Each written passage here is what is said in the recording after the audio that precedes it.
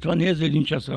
Първо, което човек се реализира в тия, ако ги слушате, вашите тук икономистчета, добавена от бавена стойност, те нямат 2 грама мозък, които могат да разсъждават. Как работи това КВК?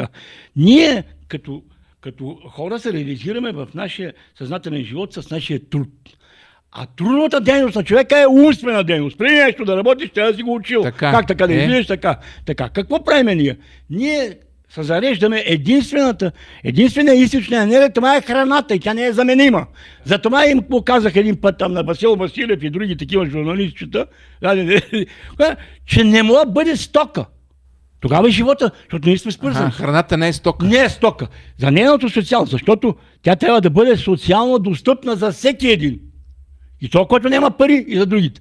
Така, и му казвам, ние днеме и тая енергия, когато отидеме да работиме, пренасяме върху продукта, който ние създаваме. Така. Този продукт ние го изнасяме на световния пазар и го обменяме. Това е обмен на енергия. Добре. Но ние не произвеждаме нищо.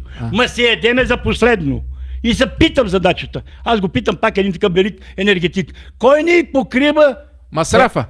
Енергийният дефицит? Кой? Заемите. 38 милиарда. Теглиме си и лапкаме. Ма някой трябва да ги връща. Йордан Мълджански ви го каза. Аз